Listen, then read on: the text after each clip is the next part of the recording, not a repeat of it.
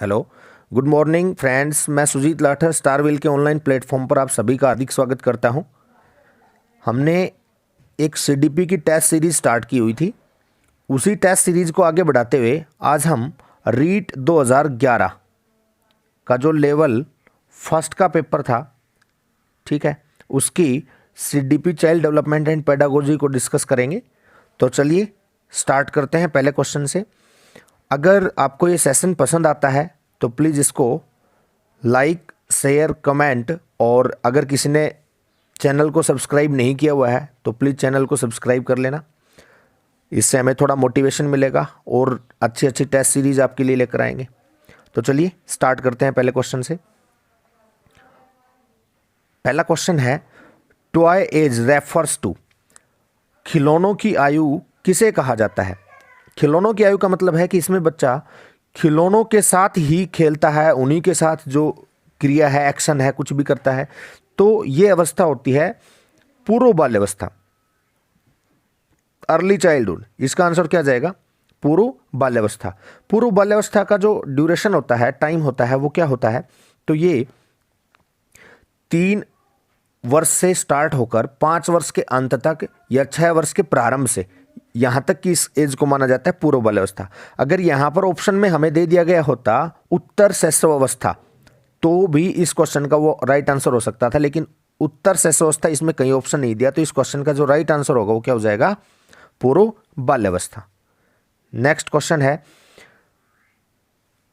Which of the following is not characteristics of early childhood? कौन सी पूर्व बाल्यावस्था की विशेषता नहीं है? दल समूह में रहने की अवस्था। पूर्व बाल्यावस्था में, पूर्व बाल्यावस्था का पीरियड मैंने आपको अभी बताया, इस अवस्था में जो बच्चा है वो समूह में रहने की अवस्था ग्रहण कर लेता है ना। वो प्री गैंग एज इसको हम कह सकते हैं। छोटे बच्चों के साथ वो ग्रुप बना लेगा और साथ साथ वो खिलौनों से खेल लेंगे बैठ के ग्रुप में, इस तरीके से। तो प्रश्न करने की अवस्था भी होती है, ये क्वेश्चनिंग एज भी है, और अनुकरण करने की अवस्था होती है, क्योंकि छोटा बच्चा जो है शैशवकाल से ही अनुकरण या इमिटेटिव एज इसको हम कह सकते हैं, अनुकरण की अवस्था कह सकते हैं। खेलने की जो अवस्था है ये उत्तर बाल्यावस्था होती है, क्योंकि उत्तर बाल्यावस्था में बच्चा जो है वो प्लेग्राउंड तक या बाहर आपकी जो कॉलोनी है या कोई भी गांव में ग्राउंड है, उस ग्राउंड तक भी खेलने को चला जाता है। तो खेलने की जो अवस्था है ना, प्ले एज है, वो खिलौनों की बात नहीं हो रही, खेलने की अवस्था की बात हो रही है। तो ये अवस्था होती है उत्तर बाल्यावस्था, ना कि पूर्व बाल्यावस्था। तो इस क्वेश्चन का राइट आंसर क्या हो जाएगा? Option D. खेलने की अवस्था पूर्व बाल्यावस्था की विशेषता नहीं है, बल्कि किसकी विशेषता है? ये उत्तर बाल्यावस्था की विशेषता है। चलिए नेक्स्ट क्वेश्चन देख लेते हैं। नेक्स्ट क्वेश्चन है, उत्तर बाल्यावस्था में भौतिक वस्तुओं के किस आवश्यक तत्वों में परिवर्तन समझने लगता है? भौतिक वस्तुओं के जो आवश्यक तत्व हैं उनमें परिवर्तन समझने लगता है उत्तर बाल्यावस्था में बालक। तो कौन सी ऐसी चीजें हैं? मास, द्रव्यमान में वो परिवर्तन समझने लगता है, बिल्कुल। द्रव्यमान और संख्या में भी परिवर्तन समझने लगता है उत्तर बाल्यावस्था का बालक, और संख्या में भी। तो इसका जो राइट आंसर होगा वो क्या हो जाएगा? Option D. और ये किससे संबंधित है, ये अगर आपको ध्यान हो तो ये जीन पियाजे के टॉपिक से रिलेटेड है। जीन पियाजे के टॉपिक में एक अवस्था आती है, ठीक है, जिसमें कंजर्वेशन पाया जाता है बच्चों में। तो बच्चों में कंजर्वेशन जिस अवस्था में पाया जाता है उसमें मान लो कि कोई बच्चा है और उसको एक ग्लास में जैसे पानी दे दिया, और उतना ही पानी किसी बड़े बर्तन में, चौड़े बर्तन में जिसका आयतन अधिक है उसमें डाल कर दे दिया, तो बच्चा, छोटा बच्चा है, जीन पियाजे की अगर पहली अवस्थाओं का बच्चा है तो वो उसको नहीं समझ पाएगा। लेकिन अगर वो दूसरी अवस्था की अंतिम स्टेज पर चल रहा है बच्चा, तो वो उसमें कुछ पहचान करने लग जाएगा। तो जीन पियाजे के अनुसार जो कंजर्वेशन की अवस्था है उसी को इसमें किस तरीके से पूछा गया है, इनडायरेक्टली पूछा गया है कि उसमें मास, द्रव्यमान, नंबर, संख्या और एरिया के बारे में परिवर्तन को या डिफरेंस को बच्चा समझ पाता है। कंजर्वेशन की बात हो रही थी यहां पे। चलिए नेक्स्ट क्वेश्चन देख लेते हैं। The meaning of development. विकास का अर्थ क्या है? परिवर्तनों की उत्तरोत्तर श्रृंखला है विकास।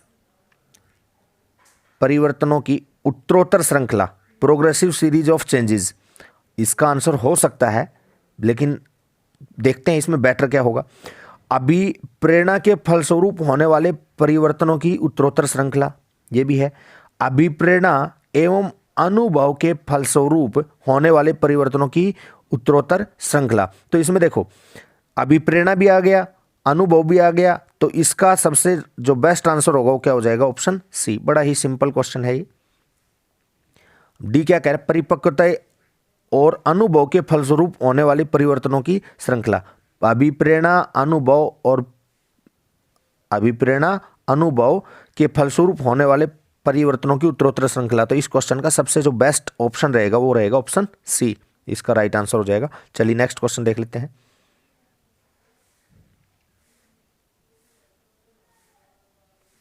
विकास के संदर्भ में निम्न में से कौन सा कथन सत्य नहीं है? सत्य नहीं है की बात करनी है। तो कह रहा है कि विकास की प्रत्येक अवस्था के अपने खतरे हैं। बिल्कुल सही बात है। विकास की जो कोई भी स्टेज है, कोई भी फेज में डेवलपमेंट हो रहा है, तो उसके अपने हैजार्ड्स होते हैं, उसकी अपने खतरे होते हैं। ठीक है। विकास उकसाने बढ़ावा देने से नहीं होता है। तो सत्य नहीं है वही कथन हमें बताना है, यही हमें गलत लग रहा है। चलिए और चेक कर लेते हैं एक बार। विकास सांस्कृतिक परिवर्तनों से प्रभावित होता है। बिल्कुल सही है। कल्चरल चेंजेस के अकॉर्डिंग भी विकास प्रभावित होता है। जिस प्रकार का कल्चर होगा उसी प्रकार का हमारा डेवलपमेंट होगा। विकास की प्रत्येक अवस्था की अपनी विशेषताएं होती है। बिल्कुल सही बात है। तो इसमें क्या गलत है, क्या सही नहीं है, कौन सा कथन सत्य नहीं है? तो ऑप्शन बी, विकास उकसाने या बढ़ावा देने से नहीं होता। जबकि सही क्या होता कि विकास उकसाने से और बढ़ावा देने से होता है। अगर किसी को मोटिवेट किया जाए, किसी चीज़ के लिए बढ़ावा दिया जाए, ठीक है, और इनरिचमेंट प्रोग्राम किए जाए, कुछ भी अगर कहीं पर प्राप्त होता है तो उससे विकास के अवसर हैं वो बढ़ते हैं, विकास अपने चरम पर जा सकता है। तो यहाँ पर बी ऑप्शन है वो क्या हो जाएगा? गलत है, सत्य नहीं है। चलिए नेक्स्ट क्वेश्चन देख लेते हैं। निम्न में से कौन सा विकासात्मक कार्य उत्तर बाल्यावस्था के लिए उपयुक्त नहीं है? कौन सा विकासात्मक कार्य उत्तर बाल्यावस्था के लिए उपयुक्त नहीं है? नहीं वाले क्वेश्चंस को थोड़ा सा ध्यान से पढ़ने की आवश्यकता होती है। पहला ऑप्शन है सामान्य खेलों के लिए आवश्यक शारीरिक कुशलताएं सीखना। सामान्य खेलों के लिए आवश्यक शारीरिक कुशलताएं सीखना, ये तो विकासात्मक कार्य है। उत्तर बाल्यावस्था में बच्चे सामान्य खेल जो भी होते हैं, जो भी जर्नल स्किल्स होती हैं, जर्नल गेम्स होते हैं, ऑर्डिनरी गेम्स होते हैं, उनकी कुशलताएं तो सीखते हैं। छोटे छोटे गेम हैं, दौड़ना, भागना, इस टाइप के जो छोटे गेम होते हैं, कुछ भी जो बच्चे खेलते हैं, उनके लिए शारीरिक कुशलताएं तो वो सीखते हैं। पुरुषोचित और स्त्रियोचित सामाजिक भूमिकाओं को प्राप्त करना, ये गलत हो जाएगा इसमें, क्योंकि पुरुषोचित और स्त्रियोचित सामाजिक भूमिकाओं को प्राप्त करना प्रारंभ करता है बच्चा किशोर अवस्था में, और उत्तर किशोर अवस्था या अगर उत्तर किशोर अवस्था के बाद जो प्रौढ़ अवस्था है उसमें इन सभी सामाजिक भूमिकाओं को वो ग्रहण भी कर लेता है। तो यहाँ पर इस क्वेश्चन का जो राइट आंसर होगा वो क्या हो जाएगा? ऑप्शन बी, सेकंड नहीं है, पुरुषोचित और स्त्रियोचित सामाजिक भूमिकाओं। पुरुषोचित और जो स्त्रियोचित सामाजिक भूमिकाओं की बात हो रही है, इसका मतलब हो गया कि पुरुषों के लिए क्या उचित है और महिलाओं के लिए क्या उचित है, उनकी समाज में क्या क्या भूमिकाएं होती हैं, समाज में उनके क्या क्या मतलब उनके कर्तव्य होंगे। तो इन सब चीज़ों के बारे में जो समझ है वो किशोर अवस्था में प्राप्त होती है बच्चों को, या किशोर अवस्था में वो अचीव करते हैं, उससे पहले नहीं। नेक्स्ट ऑप्शन भी एक बार चेक कर लेते हैं। व्यक्तिगत आत्मनिर्भरता प्राप्त करना, तो उत्तर बाल्यावस्था में इंडिविजुअल भी वो क्या कर इंडिपेंडेंस भी वो प्राप्त करने लग जाते हैं। उत्तर बाल्यावस्था में मैंने आपको कहा कि पूर्व बाल्यावस्था में बच्चा डिपेंडेंट होता है पेरेंट्स में, लेकिन उत्तर बाल्यावस्था में उसकी डिपेंडेंसी जो है वो थोड़ी सी कम हो जाती है। वो अपने पीयर ग्रुप्स, जो मित्र समूह मंडली है, उनके साथ खेल कूद करेगा, आराम से उनके साथ बैठ सकता है, रुक सकता है, और खाने के लिए ही आए, मतलब डिपेंडेंसी जो है उसकी क्या हो जाती है? कम हो जाती है। इंडिपेंडेंट होना प्रारंभ कर देता है या हो जाता है कुछ हद तक। अपने हम उम्र बालकों के साथ रहना सीखना, तो बिल्कुल पीयर ग्रुप का वो सदस्य बनना कब प्रारंभ होता है? अर्ली चाइल्डहुड में, पूर्व बाल्यावस्था में, और उत्तर बाल्यावस्था में भी उसमें क्या हो जाता है? हम उम्र बालकों के साथ रहना सीख जाता है। चलिए, तो इसका राइट आंसर बी ऑप्शन होगा। चलिए नेक्स्ट क्वेश्चन देख लेते हैं। नेक्स्ट क्वेश्चन है सामान्य परिपक्वन से पहले, सामान्य परिपक्वन से पहले प्रशिक्षित करना। सामान्य परिपक्वन का मतलब क्या हो गया कि अगर किसी बच्चे में मैच्योरिटी नहीं है, वो उस चीज़ के लिए परिपक्व नहीं है, लेकिन फिर भी उस चीज़ के लिए उसको प्रशिक्षित करना या ट्रेनिंग देना उसको, ठीक है। तो ये क्या है, अब देखो इसका पहला ऑप्शन है सामान्य कौशलों के निष्पादन के संदर्भ में बहुत लाभकारी होता है। अगर मैच्योरिटी से पहले ही उसको प्रशिक्षित करना प्रारंभ कर दिया जाए तो वो सामान्य कौशलों के निष्पादन के संदर्भ में लाभकारी तो होता है, सही बात है। कुल मिलाकर हानिकारक होता है तो ये गलत हो जाएगा। परिपक्वता से पहले अगर प्रशिक्षण की ट्रेनिंग जो है वो स्टार्ट कर दी जाए तो उसके मतलब हानिकारक नहीं होगा, कुछ हानियां हो सकती हैं, कुल मिलाकर हानिकारक नहीं होता। दीर्घकालिक दृष्टि से लाभकारी होता है, बिल्कुल सही बात है, ठीक है। दीर्घकालिक दृष्टि से क्या होता है, वो लाभकारी होता है। और क्या कह रहा है, लाभकारी हो या हानिकारक, यह इस पर निर्भर करता है कि प्रशिक्षण में किस प्रकार की विधि को शामिल किया गया है, किस प्रकार की विधि से किया गया है प्रशिक्षण। तो इसका जो सबसे बेस्ट आंसर होगा ना, वो ऑप्शन के अकॉर्डिंग होगा, ऑप्शन डी, 7th का ऑप्शन डी आपका राइट आंसर होगा। सामान्य परिपक्वन से पहले प्रशिक्षण करना प्राय लाभकारी हो या हानिकारक हो, यह इस बात पर निर्भर करता है कि प्रशिक्षण में किस प्रकार की विधि को शामिल किया गया या किस प्रकार की विधि से प्रशिक्षण किया गया। क्योंकि देखिए, अगर मान लीजिए कोई बच्चा है, वो छोटी एज का बच्चा है, ठीक है, उसकी एज कम है, तो कम एज का जो बच्चा होता है उसको किस चीज़ की आवश्यकता होती है, उसको सबसे ज़्यादा आवश्यकता होती है कि उसको प्ले वे मेथड से, खेल विधि के माध्यम से इस टाइप से उस बच्चे को सिखाया जाए कि उसको सीखने में आसानी हो। तो अगर इस प्रकार की पद्धति का यूज किया गया है तो ये लाभकारी हो सकता है प्रशिक्षण, और अगर ऐसा नहीं किया जा सकता तो वो हानिकारक भी हो सकता है। मतलब कि सामान्य परिपक्वता से पहले जो प्रशिक्षण दिया जाता है वो किसी एक फील्ड में हो सकता है लाभकारी हो, किसी दूसरी फील्ड में वो हानिकारक भी हो सकता है। ये किस बात पर निर्भर करता है कि प्रशिक्षण में किस प्रकार की विधि का प्रयोग किया गया है। तो इसका जो राइट आंसर होगा वो क्या हो जाएगा, ऑप्शन डी। चलिए नेक्स्ट क्वेश्चन देख लेते हैं। नेक्स्ट क्वेश्चन है,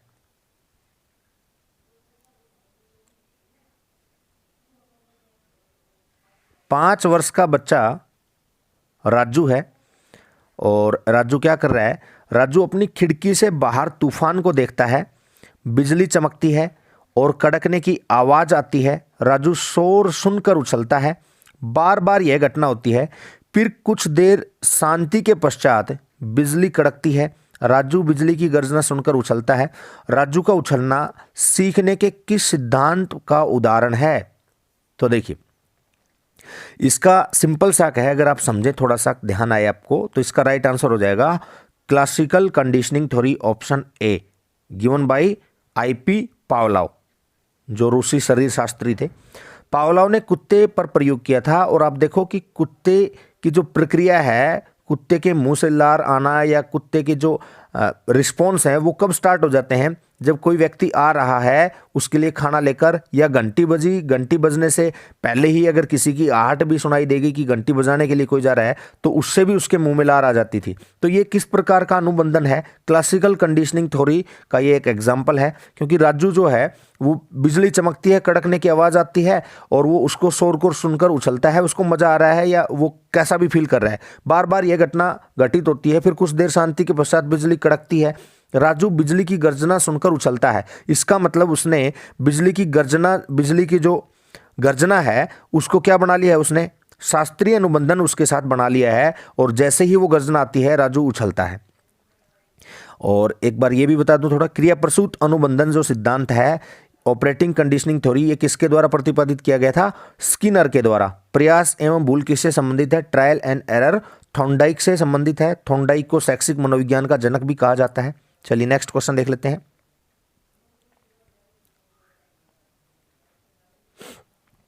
सकारात्मक दंड का निम्न में से कौन सा उदाहरण है। सकारात्मक दंड का उदाहरण, तो इसकी अगर बात की जाए पॉजिटिव पनिशमेंट की, तो पहला ऑप्शन देखते हैं, मित्रों के द्वारा उपहास, और दूसरा ऑप्शन है मित्रों के साथ समय बर्बाद करना और मीन मेख निकालना।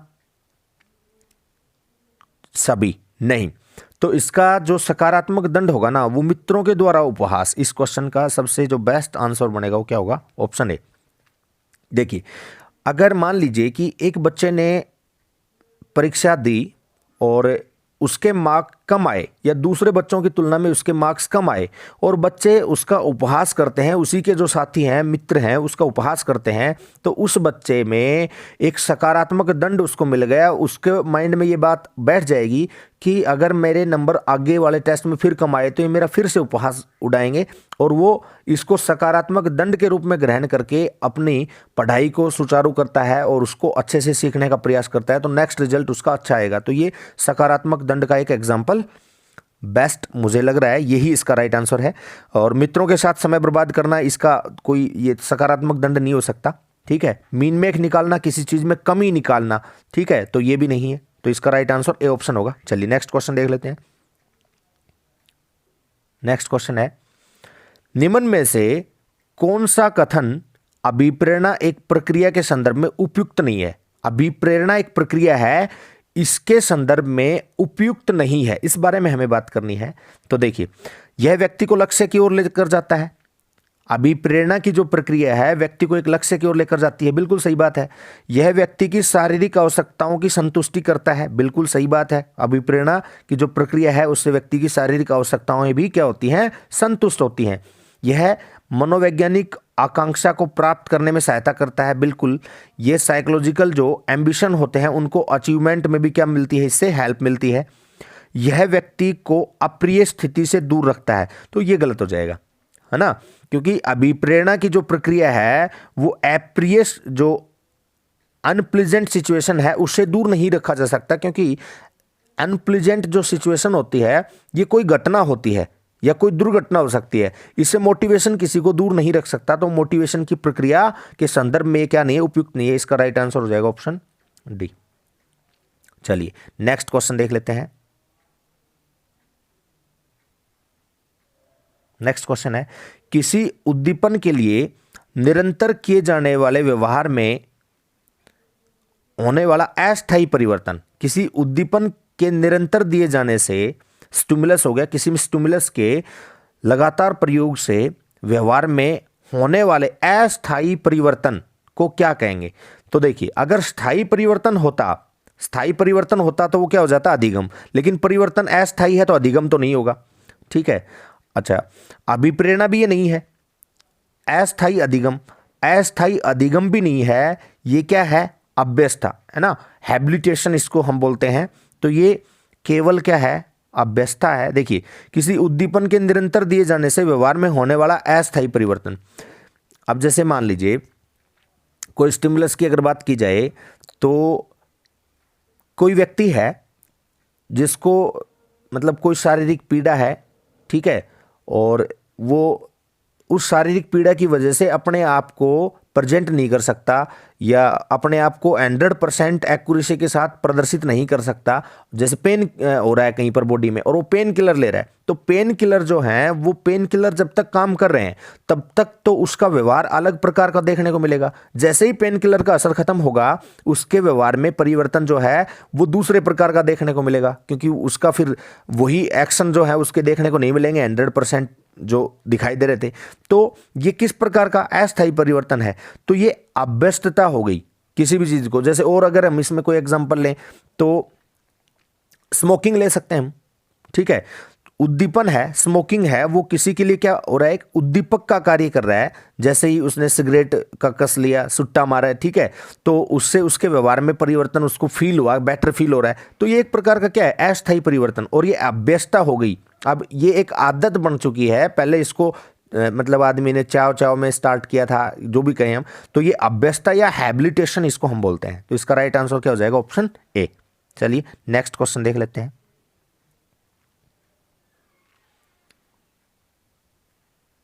नेक्स्ट क्वेश्चन है, विद्यार्थियों की अभिवृत्तियों में परिवर्तन के लिए निम्न में से किस विधि का प्रयोग अध्यापक को नहीं करना चाहिए? दबाव से किसी बात या विचार के लिए राजी करना, ये बिल्कुल गलत है। क्योंकि अगर हम बात करें साइकोलॉजी की या अगर हम बात करें एनसीएफ 2005 की, या अगर हम बात करें आरटीई 2009 2009 की, तो इनमें कहीं पर भी इस बात पर बल नहीं दिया गया है। दो चीज़ों को आप हमेशा नेग्लेक्ट करना, एक तो रोट सिस्टम को कभी भी साइकोलॉजी एक्सेप्ट नहीं करती है। दूसरा, किसी भी चीज़ को सिखाने के लिए या परिवर्तन के लिए, ठीक है, लर्निंग के लिए दबाव के बारे में कभी भी यहां पर बात नहीं होती है सीडीपी के टॉपिक में। तो ये इसका राइट आंसर हो जाएगा क्वेश्चन 12 का। दबाव से किसी बात या विचार के लिए राजी करना गलत होगा, एक अध्यापक को बिल्कुल भी ऐसा नहीं करना चाहिए। ऑप्शन सेकंड है किसी विचार को दोहराना तथा या अथवा दृढ़तापूर्वक व्यवहार, ये बिल्कुल सही है। किसी विचार को दोहराना, अगर कोई विचार बच्चों में इंप्लीमेंट करना चाहता है एक टीचर और वो बच्चे उसकी एक बार में नहीं सुनते हैं, तो दोबारा उस विचार को दोहराना है और दृढ़तापूर्वक व्यवहार करना है डिसिप्लिन तरीके से, तो उस चीज़ के लिए बच्चों को राजी किया जा सकता है। किसी प्रशंसनीय व्यक्ति के द्वारा समर्थन एवं स्वीकृति, यह बात भी बिल्कुल सही है। अध्यापक को ये भी, मतलब कोई भी ऐसा व्यक्ति, किसी का एग्जाम्पल दिया जा सकता है जो कि प्रशंसनीय व्यक्ति है, जिसने समाज में एक उचित प्रकार के मानदंड स्थापित कर रखे हैं, तो ये भी बिल्कुल सही है। संदेश के साथ शास्त्रीय स्थापित करना, ये बात भी क्या है, एसोसिएशन भी बिल्कुल सही है। तो इसका राइट आंसर क्या होगा, ऑप्शन ए, ये बिल्कुल नहीं करना चाहिए एक अध्यापक के रूप में। चलिए नेक्स्ट क्वेश्चन देख लेते हैं। क्वेश्चन नंबर 13 है, उपलब्धि अभिप्रेरक के संबंध में निम्न में से कौन सा कथन सही है। उपलब्धि अभिप्रेरक के रूप में कौन सा कथन सही है। तो उपलब्धि अभिप्रेरक की बात हो रही है। पहला, उपलब्धि अभिप्रेरक जीवित रहने के लिए आवश्यक है, बिल्कुल ये बात सही है कि अचीवमेंट मोटिव जो है वो नेसेसरी है लाइफ के लिए। दूसरा है, यदि व्यक्तिगत क्षमताओं की संतुष्टि महत्वपूर्ण है तो उपलब्धि अभिप्रेरक को विकास प्रेरक कहा जा सकता है, बिल्कुल सही बात है। यदि उपलब्धि अभिप्रेरक को विकास का प्रेरक कहा जा सकता है तो व्यक्तिगत जो क्षमताएं हैं उनको संतुष्टि किससे मिलती है, उपलब्धि अभिप्रेरक के माध्यम से। तो जो ऑप्शन सेकंड है ये भी बिल्कुल राइट है। यदि व्यक्तियों के मध्य प्रतियोगिता का बल है या प्रतियोगिता पर बल है तो उपलब्धि अभिप्रेरक को सामाजिक अभिप्रेरक कहा जा सकता है, बिल्कुल सही है। तो इसका राइट आंसर क्या हो जाएगा, ऑप्शन डी। चलिए नेक्स्ट क्वेश्चन देख लेते हैं। 6 से 14 वर्ष की अवस्था में बालक रुचि लेना प्रारंभ कर देता है। तो 6 से 14 वर्ष की अवस्था में जो बालक है वो विद्यालय, इसको हम क्या कहते हैं, स्कूलिंग एज कहते हैं।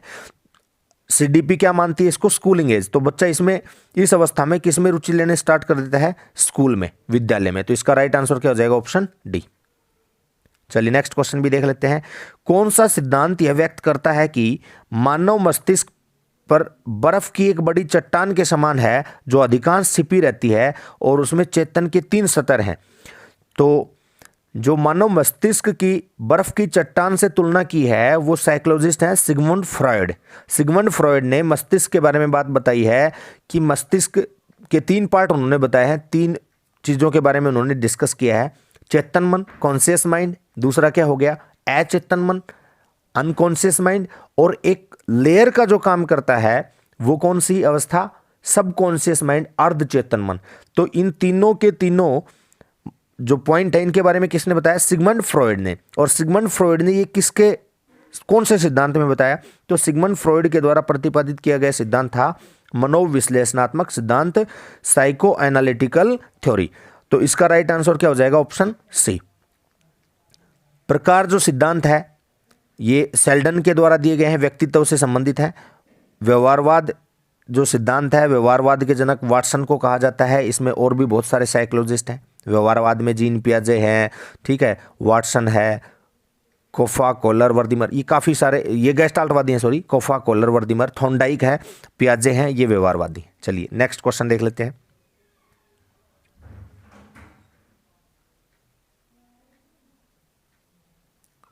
देखिए, कुछ लोगों का कहना है कि जब बालकों को गुस्सा आता है तो वे खेलने के लिए चले जाते हैं जब तक कि पहले से अच्छा महसूस नहीं करते। उनके व्यवहार में निम्न में से कौन प्रतिरक्षा तंत्र प्रतिलक्षित होता है।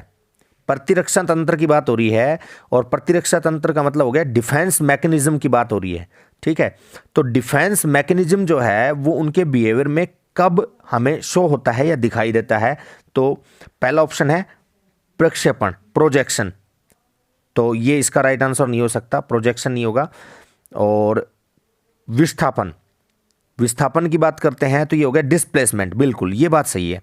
तो इसका जो राइट आंसर होगा वो क्या हो जाएगा, ऑप्शन सेकंड, डिस्प्लेसमेंट। क्यों? क्योंकि देखिए बच्चों को गुस्सा आता है तो वो खेलने चले जाते हैं या कुछ और कार्य करने के लिए चले जाते हैं। तो पहली चीज का जिससे उसको पीड़ा हो रही थी, उसको गुस्सा आ रहा था, वो गुस्सा निकालने की बजाय वो क्या चला गया, खेलने चला गया। तो उसने अपना जो अंदर का एक बाहर आ रही थी, अंदर की अगर प्रवृत्ति बाहर आ रही है कोई, तो उसको क्या कर दिया उसने, विस्थापित, डिस्प्लेसमेंट कर दिया, खेल में उसने डिस्प्लेसमेंट कर दिया। ठीक है, प्रतिक्रिया निर्माण भी नहीं है ये, और उदात्तीकरण भी ये नहीं है, सबमिलेशन भी नहीं है, और रिएक्शन फॉर्मेशन भी नहीं है। तो इसका राइट आंसर क्या हो जाएगा, ऑप्शन बी, सेकंड। नेक्स्ट है, समायोजन से तात्पर्य स्वयं का विभिन्न परिस्थितियों में अनुकूलन करना। समायोजन से तात्पर्य स्वयं का विभिन्न परिस्थितियों में अनुकूलन करना। समायोजन का मतलब होता है कि अपने आप को किसी भी प्रकार की परिस्थिति के अनुकूल बना लेना, संतुष्ट किया जा सके, अनुकूलन करना ताकि संतुष्ट किया जा सके। इसमें ऑप्शन देखते हैं, पहला दूसरों को संतुष्ट नहीं। समायोजन का मतलब क्या है, अपने आप को संतुष्ट करने से होता है ना।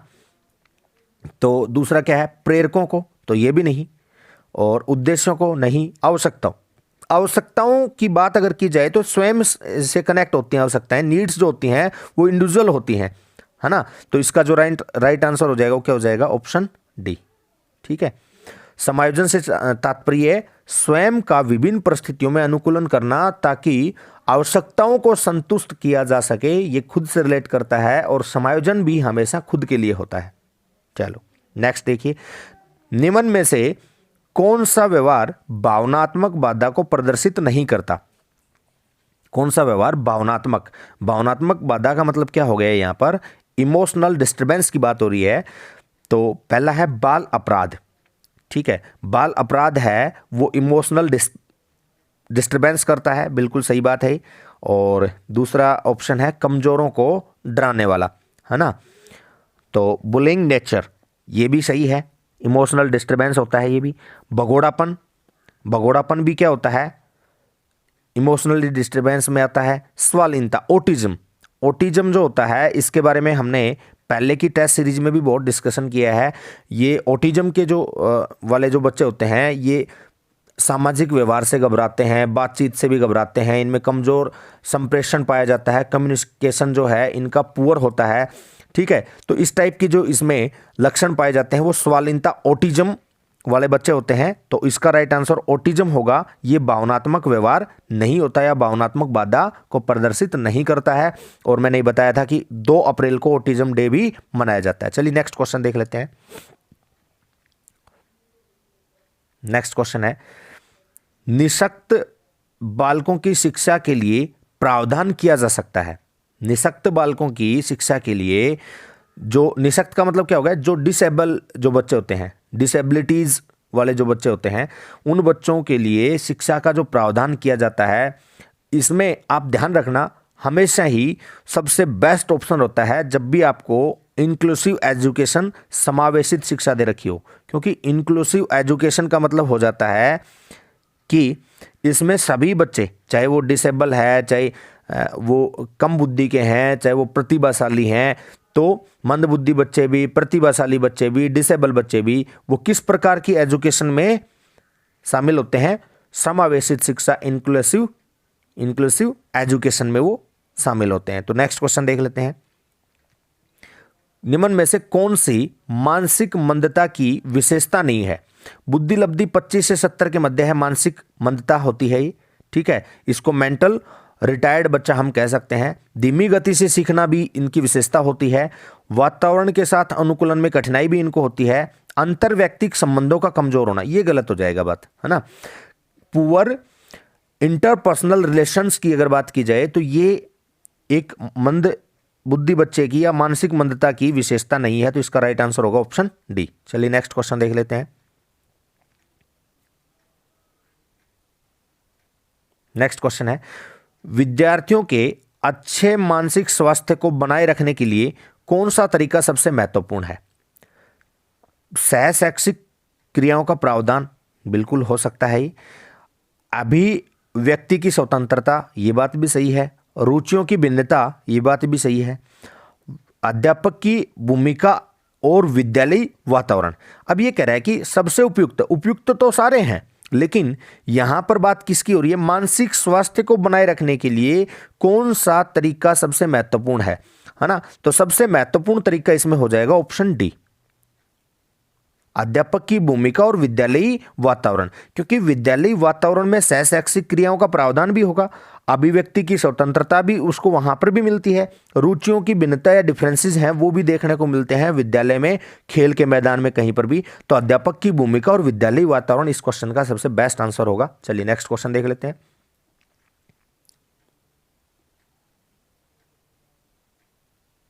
नेक्स्ट है, कमजोर वर्ग के बालक, child belonging to weaker section, weaker section वाले जो बच्चे होते हैं, कमजोर वर्ग के बालक हैं, उनसे क्या तात्पर्य है, उनसे क्या अभिप्राय है, ये क्वेश्चन है हमारा।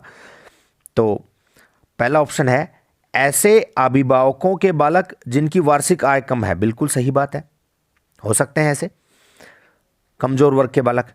ऐसे अभिभावकों के बालक जो वंचित वर्ग में आते हैं, बिल्कुल ये बात भी हो सकती है। ऐसे अभिभावकों के बालक जो गरीबी रेखा से नीचे की सीमा में आते हैं, बिल्कुल ये बात भी सही है। अब इसका लास्ट एक बार ऑप्शन देख लेते हैं, ऐसे अभिभावकों के बालक जो सरकार द्वारा निर्धारित न्यूनतम सीमा की वार्षिक आय की सीमा से नीचे के वर्ग में आते हैं। ये बात सारे के सारे ऑप्शन सही हो सकते थे, लेकिन इनमें सबसे बेस्ट ऑप्शन जो हो जाएगा, अब क्या हो जाएगा? राइट ऑप्शन डी ऑप्शन हो जाएगा, क्योंकि ऐसे अभिभावकों की बालक जिनकी वार्षिक आय कम है, लेकिन वार्षिक आय कम का मतलब यहां पर सरकार के अनुसार जो निर्धारित है उस आय की तो बात करेंगे हम, किसको कम आय कहेंगे किसको ज्यादा, तो यहां पर इस चीज को डिफाइन नहीं किया गया। ऐसे अभिभावकों के बालक जो वंचित वर्ग में आते हैं, किस प्रकार का वंचित वर्ग, यहां पर इस चीज को भी मेंशन नहीं किया हुआ, और गरीबी रेखा से नीचे, तो इसका जो सबसे बेस्ट राइट ऑप्शन होगा वो क्या होगा? D option. ऐसे अभिभावकों के बालक जो सरकार के द्वारा निर्धारित न्यूनतम सीमा की वार्षिक आय की सीमा से नीचे रह जाते हैं, उनको कमजोर वर्ग के बालक या वीकर सेक्शन के जो बालक हैं उनमें शामिल किया जाता है, और इनको फीस में छूट दी जाती है, उस छूट के आधार पर इनका एडमिशन किया जाता है स्कूलों में, चाहे वो प्राइवेट स्कूल है। ठीक है, चलिए नेक्स्ट देख लेते हैं।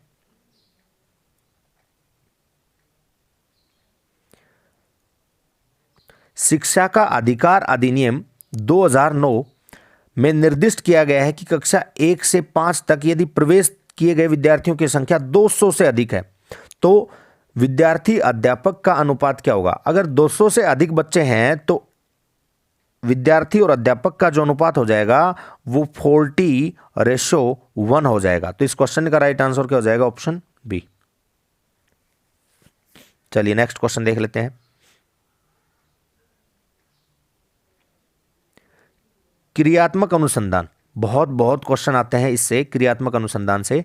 क्रियात्मक अनुसंधान का संबंध किससे है? स्टीफन कोरे से। स्टीफन कोरे ने क्रियात्मक अनुसंधान के बारे में सबसे ज्यादा बताया है, उन्होंने इसके बारे में डिस्कस किया है। कौन सा कथन सही नहीं है? क्रियात्मक अनुसंधान के संबंध में कौन सा कथन सही नहीं है? पहला ऑप्शन है, यह अध्यापकों एवं शिक्षा व्यवसाय के जुड़े लोगों के द्वारा किया जाता है। बिल्कुल, क्योंकि ये साइंटिफिक पैटर्न पर आधारित होता है, तो इसमें शिक्षित लोग ही इसको कर सकते हैं। दूसरा, यह किसी विशिष्ट समस्या के समाधान के लिए किया जाता है, तो ये बात भी क्या हो जाएगी? इसकी बिल्कुल सही है। ठीक है, नेक्स्ट है, व्यापक स्तर पर निर्णय लेने के लिए सूचना संकलन का कार्य इसमें किया जाता है। व्यापक स्तर पर निर्णय लेने के लिए सूचना संकलन का कार्य इसमें नहीं किया जाता। सूचना जो संकलन है उसका कार्य केस स्टडी मेथड जो होता है, टाइडमैन के द्वारा जो दिया गया था, वो किसी व्यक्ति के जीवन के अध्ययन के बारे में या उस व्यक्ति की जो समस्याओं उनके अध्ययन के लिए किया जाता है। तो इसका जो राइट आंसर हो जाएगा वो ऑप्शन सी हो जाएगा। नेक्स्ट भी एक बार पढ़ लेते हैं ऑप्शन। स्थानीय स्तर पर रोजमर्रा की समस्याओं के समाधान के लिए क्रियात्मक अनुसंधान किया जाता है। बिल्कुल, ये बात भी सही है। चलिए नेक्स्ट क्वेश्चन देख लेते हैं। निम्न में से कौन सा कथन शिक्षण के बारे में सत्य नहीं है? कौन सा कथन शिक्षण के बारे में सत्य नहीं है? पहला ऑप्शन है, शिक्षण में सुधार किया जा सकता है। बिल्कुल सही बात है। दूसरा है, शिक्षण औपचारिक एवं अनौपचारिक होता है। बिल्कुल सही बात है। टीचिंग को मॉडिफाई किया जा सकता है। टीचिंग फॉर्मल भी होती है और इनफॉर्मल भी होती है। शिक्षण विज्ञान के साथ साथ कला भी है। बिल्कुल, टीचिंग जो है वो साइंस के साथ साथ एक आर्ट भी है, तो ये बात भी क्या है, सही है। ठीक है, शिक्षण अनुवेशन है, teaching is a instruction, teaching is a instruction. अनुवेशन का मतलब क्या हो गया, शिक्षण एक निर्देश है, निर्देश नहीं है। निर्देश तो किसी को भी दिया जा सकता है। मान लीजिए आपसे कोई रास्ता पूछता है, ठीक है, तो आपसे किसी ने रास्ता पूछा और आपने उसको इंस्ट्रक्शन दी, निर्देश दिया कि ऐसे जाना, एक बार लेफ्ट टर्न करना है, फिर राइट टर्न कर जाना, उसके बाद एक मोड़ आएगा, वहां एक मंदिर आएगा, वहां चले जाना। तो ये एक प्रकार की क्या हो गई, इंस्ट्रक्शन हो गई। तो ये शिक्षण थोड़ी ना है, टीचिंग थोड़ी है। तो इसका राइट आंसर क्या हो जाएगा, ऑप्शन डी। चलिए नेक्स्ट क्वेश्चन देख लेते हैं।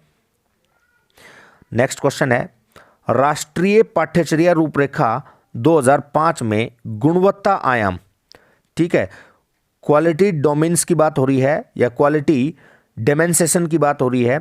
तो गुणवत्ता आयाम शीर्षक के अंतर्गत अधिक महत्व किसे दिया गया है, महत्व के बारे में बात हो रही है। भौतिक संसाधनों को महत्व दिया गया है, या शिक्षित एवं अभिप्रेरित अध्यापकों को, या बालकों के लिए ज्ञान के संदर्भ में संरक्षित या संरचित अनुभवों को, बालकों के लिए संरचित अनुभव एवं पाठ्य सुधार को या पाठ्यक्रम सुधार को। तो एनसीएफ 2005 किसकी गुणवत्ता के आयाम के बारे में बात करता है, तो पाठ्यक्रम या पाठ्यचर्या सुधार के बारे में सबसे ज्यादा बातचीत करता है। तो सबसे अधिक महत्व इसमें किस बात पे दिया गया है, बालकों के लिए संरचित अनुभव एवं पाठ्यक्रम सुधार को।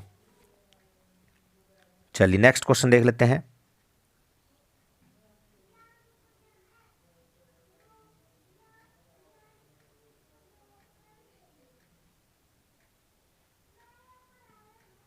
देखिए, राष्ट्रीय पाठ्यचर्या रूपरेखा 2005 में निम्न में से किस परीक्षा संबंधी सुधारों को सुझाया गया है।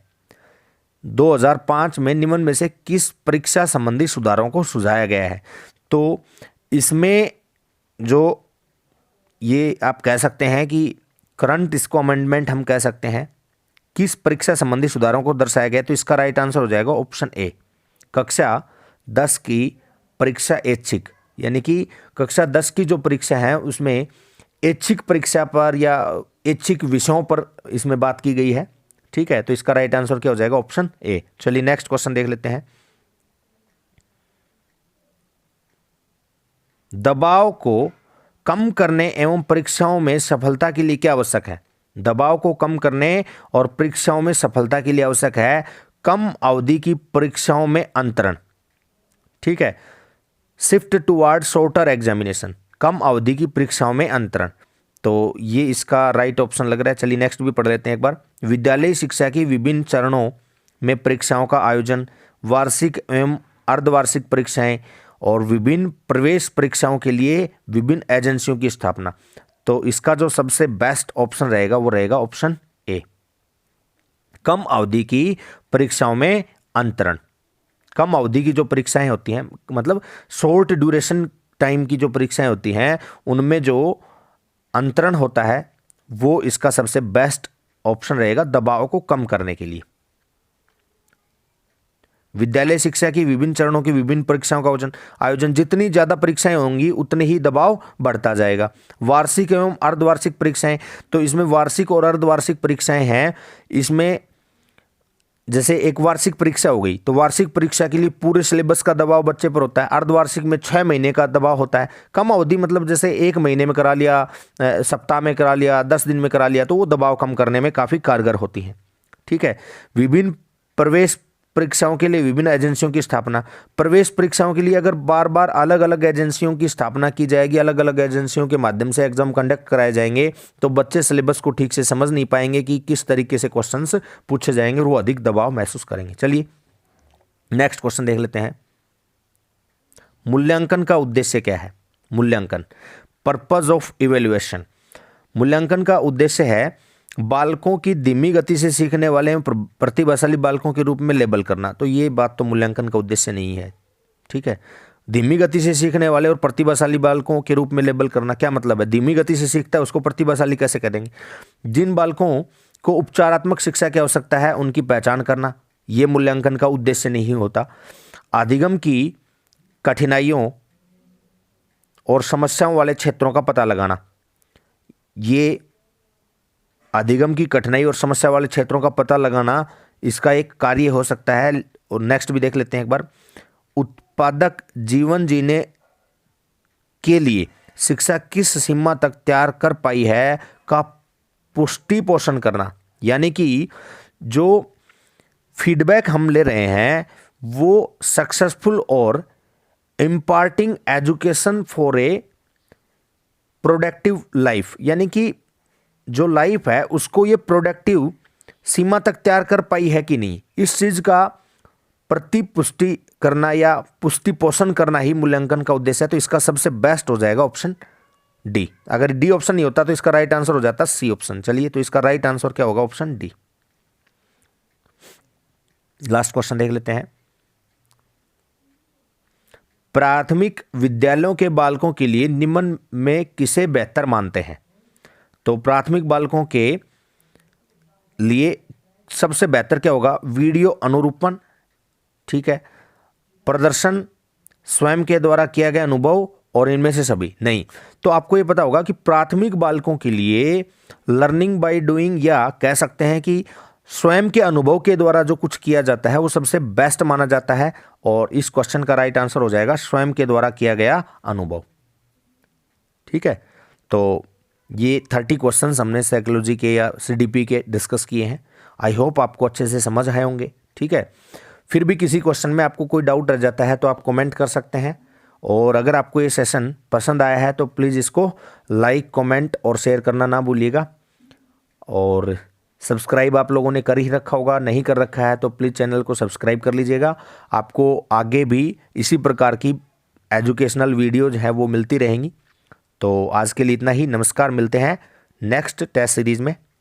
चलिए, थैंक यू।